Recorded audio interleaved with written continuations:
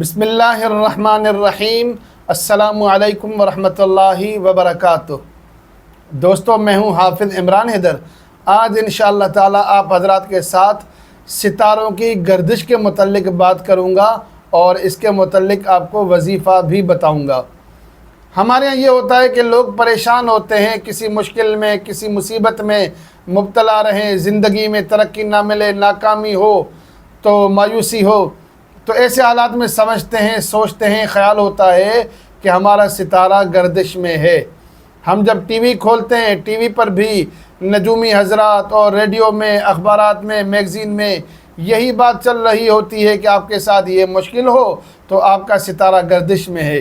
یہی خیال رکھتے ہوئے ہم عاملوں کے پاس، نجومیوں کے پاس، کاہنوں کے پاس چلے جاتے ہیں، وہ بھی ہمیں یہی درس دیتے ہیں کہ آپ کا ستارہ گردش میں ہے۔ 17 سال سے، 15 سال سے، 20 سال سے فلا ستارہ گردش میں، جس کی وجہ سے آپ پر نحوست آئی ہوئی ہے اور آپ فلا صدقے کالی چیزیں اور سفید چیزیں اور نیلی پیلی چیزیں آپ صدقہ کریں گے تو آپ کا ستارہ گردش سے نکل جائے گا۔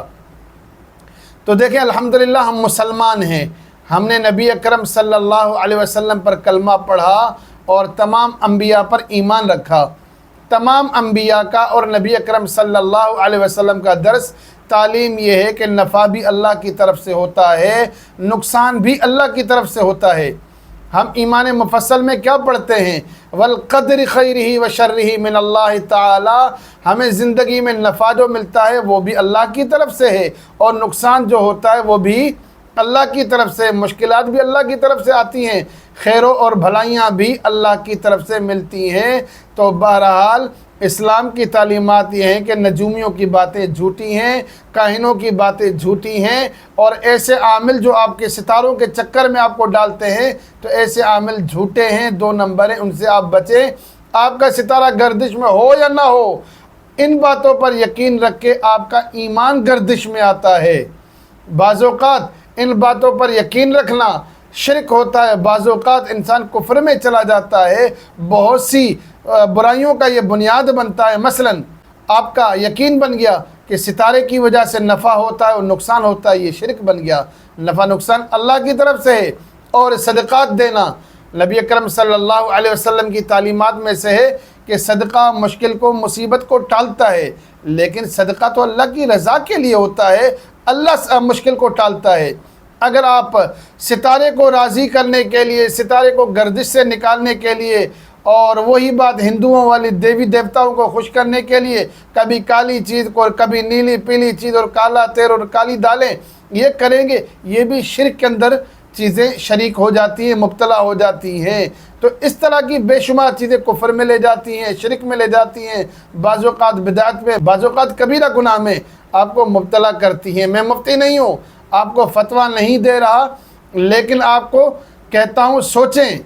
اللہ پر ایمان ہوتے ہوئے اگر آپ ستاروں پر یقین رکھنے کی بات کریں گے تو ستارہ گردش میں نہیں ہے، آپ کا ایمان گردش میں ہے۔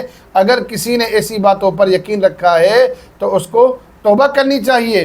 اگر کسی نجومی نے، کسی عامل نے، کسی کاہن نے لوگوں کو اس طرح کی باتوں میں مبتلا کیا ہے تو اس کو بھی توبہ کرنی چاہیے۔ وہ خلاف شریعت بات کرتا ہے، اس کی قیامت کے دن گرفت ضرور ہوگی۔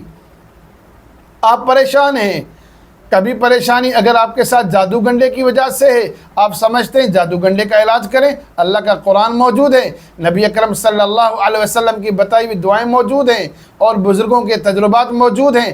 آپ شرعی عملیات کے ذریعے سے جادو کا علاج کریں، جنات کا علاج کریں، نظر بد کا علاج کریں۔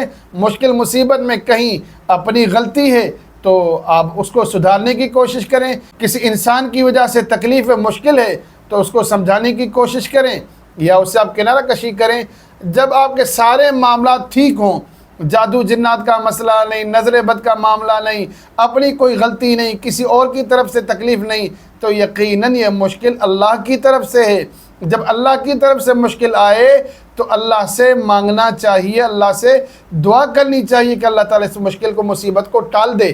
اس حوالے سے میں آپ کو وظیفہ بتاتا ہوں۔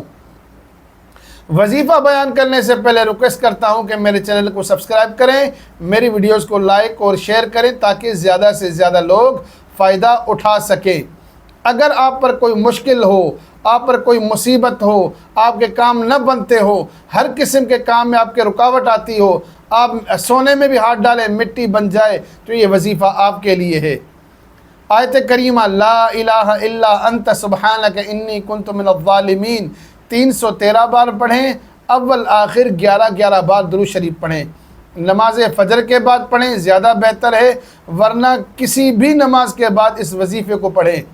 آیت کریمہ لا الہ الا انت سبحانک انی کنت من الظالمین 313 بار پڑھنا ہے، اول آخر 11 بار درود شریف پڑھیں گے۔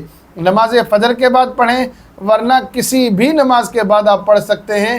ٹائم کی پابندی ضروری نہیں ہے، جگہ کی پابندی ضروری نہیں ہے، کسی بھی قسم کی پرہیز نہیں ہے۔ یہ وظیفہ کریں، اس کے بعد اللہ تعالیٰ سے دعا کریں، انشاءاللہ تعالیٰ آپ مشکل سے مصیبت سے نجات پا جائیں گے۔ اور بہت اونچا وظیفہ ہے، اور یہ دعا تو اللہ تعالیٰ نے قرآن میں سکھائی ہے کہ مشکل میں جب پڑھو تو اللہ سے یوں دعا کرو۔ میں اللہ تعالیٰ سے دعا کرتا ہوں اللہ تعالیٰ میری، آپ کی اور تمام امت مسلمہ کی مشکلات کو حل فرمائے، آمین۔ السلام علیکم ورحمۃ اللہ وبرکاتہ۔